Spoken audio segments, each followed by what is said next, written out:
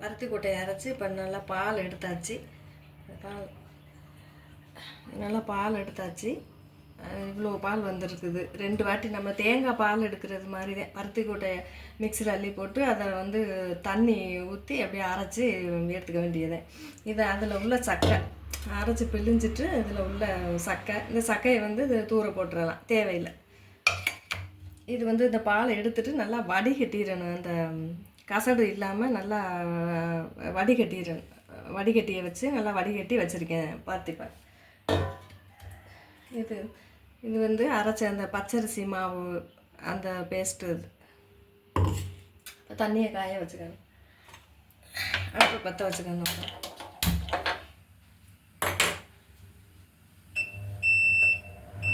அந்த தண்ணியை 1 டம்ளர் தண்ணி அந்த ஊற்றிருக்கேன் கிண்டுற பாத்திரத்தில் ஊற்றிருக்கேன். தண்ணி நல்லா காயணும்.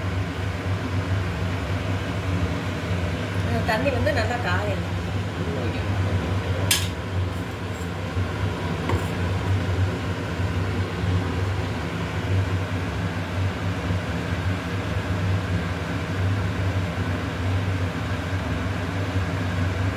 தண்ணி கொதிச்சிருச்சு.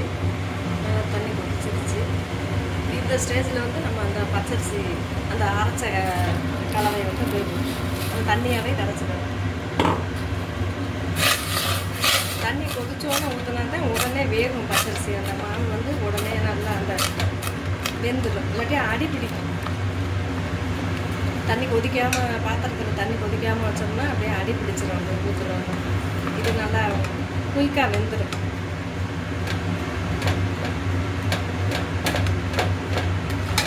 நல்லா கட்டி இல்லாமல், கட்டி தட்டாமல், கரண்டி எடுக்காமல் அப்படியே நல்லா கிண்டணும், கைவிடாமல் அப்படி கிண்டணும்.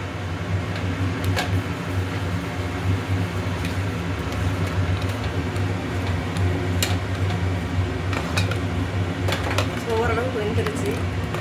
இந்த மாவு இந்த சுடுதண்ணியில் ஊற்றவுமே நல்லா ஓரளவுக்கு நல்லா வெந்துருச்சு. இப்போ அந்த பருத்தி பால் எடுத்து வச்சுருக்கோன்னே அதை ஊற்றணும். அந்த மாவில் அதை ஊற்றலாம்.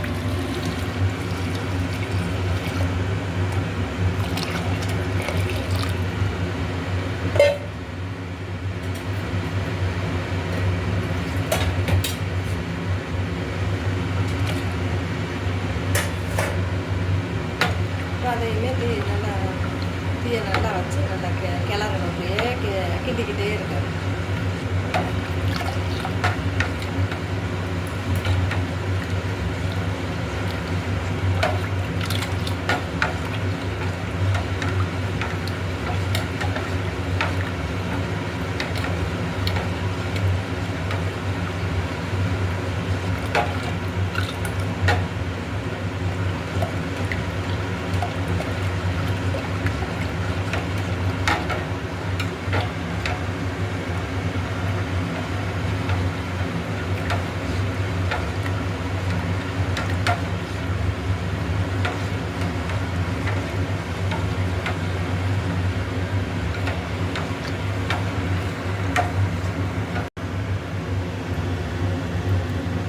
பருத்தி பால் நல்லா கொதிச்சிருச்சு, வெந்து கொதிச்சிருச்சு. இந்த ஸ்டேஜில் தான் நம்ம வெள்ளை பாகை ஊற்றலாம். இந்த வெள்ளை பாகுக்கு பதம்லாம் தேவையில்லை.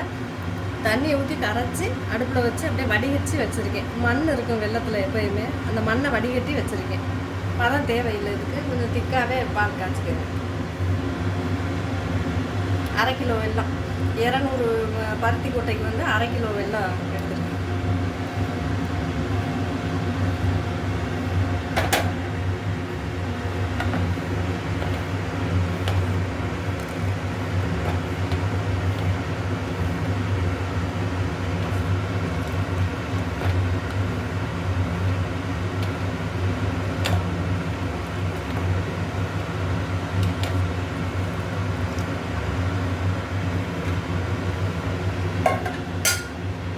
இனிப்பு நிறையா உங்களுக்கு நல்லா இனிப்பு சாப்பிடுவீங்கன்னா நல்லா நிறையா 1/2 கிலோ வெல்லம் ஃபுல்லாகவே போட்டு நான் கொஞ்சம் எடுத்து வச்சுருக்கேன். ஒரு 100 ml அளவு எடுத்து வச்சுருக்கேன். நீங்கள் ஃபுல்லாகவே போட்டு வச்சுக்கலாம். இது 10 பேர் சாப்பிடலாம். இந்த 10 பேர் சாப்பிடலாம். இந்த அளவில் 10 பேர் சாப்பிடலாம். கொஞ்சம் கம்மியாக ஒரு 5 பேர் சாப்பிட்றது மாதிரி இருந்தால் 100 பருத்தி கொட்டை, 1/4 கிலோ வெல்லம், அந்த அளவு போதும். பச்சரிசி ஒரு 2 ஸ்பூன் கூட போதும். நல்லா ஊற வச்சு அப்படியே பச்சரிசி ரொம்ப போடக்கூடாது, அது நான் களி மாதிரி போயிடும். இந்த மாதிரி தண்ணி ஸ்டேஜ் இந்த மாதிரி இருக்கணும். இந்த மாதிரி தண்ணியாக இருக்கணும். ஆறணும்னு நல்லா இஞ்சிடும். வெல்லம் வந்து ஃபைனல் ஸ்டேஜில் இந்த மாதிரி இதில் தான் போடணும். நம்ம ஃபஸ்ட்டே வெல்லத்தை போட்டோம்னா வெள்ளைப்பாகு ஊற்றினோம்னா திரிஞ்சு போயிடும் ஒரு மாதிரி.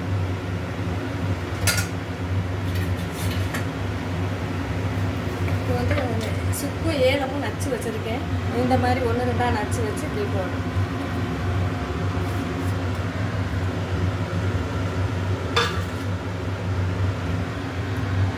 இப்போ இந்த தேங்காய் பூ எடுத்து வச்சுருக்கேன். ஒரு அரை மூடி தேங்காவை நல்லா துருவி பூ எடுத்து வச்சுருக்கேன்.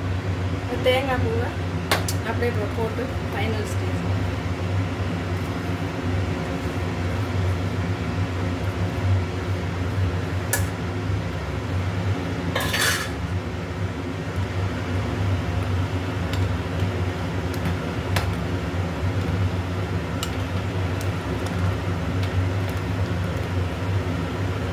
அவ்வளோதான். இந்த ஸ்டேஜில் நீங்கள் இறக்கி வச்சிங்கன்னா இப்படி இருக்கணும், இந்த மாதிரி இருக்கணும்.